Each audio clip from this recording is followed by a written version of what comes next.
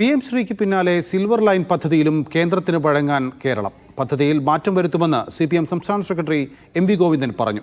പ്രൊജക്ടിന് അനുമതി ലഭിക്കത്തക്ക വിധത്തിൽ മാറ്റമുണ്ടാകുമെന്നും മാറ്റം ഏത് തരത്തിലായിരിക്കുമെന്ന് സർക്കാർ പ്രഖ്യാപിക്കുമെന്നും ഗോവിന്ദൻ വ്യക്തമാക്കി. CPM കണ്ണൂർ ജില്ലാ കമ്മിറ്റി ഓഫീസിന്റെ ഉദ്ഘാടനത്തിനിടെയാണ് കെ-റെയിൽ പദ്ധതിയിൽ മാറ്റം വരുത്തുമെന്ന കാര്യം പാർട്ടി സെക്രട്ടറി പ്രഖ്യാപിച്ചത്. ഫണ്ടായിരുന്നില്ല, പദ്ധതിക്കുള്ള കേന്ദ്രാനുമതിയായിരുന്നു കെ-റെയിലിന്റെ തടസ്സം. അത് പരിഹരിക്കുന്നതിനുള്ള സമീപനം സർക്കാർ സ്വീകരിക്കുമെന്നായിരുന്നു മുഖ്യമന്ത്രി ഇരുന്ന വേദിയിൽ MV ഗോവിന്ദൻ പ്രസ്താവിച്ചത്.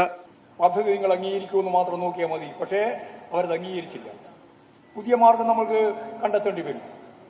കേരളത്തിൽ 19 വർഷക്കാലത്തെ വികസനം കണ്ടുകൊണ്ടാണ് കെ-റെയിൽ അന്ന് പ്ലാൻ ചെയ്തിരുന്നത്. പുതിയ സമീപനത്തിലേക്ക് നമുക്ക് പോകേണ്ടി വരും.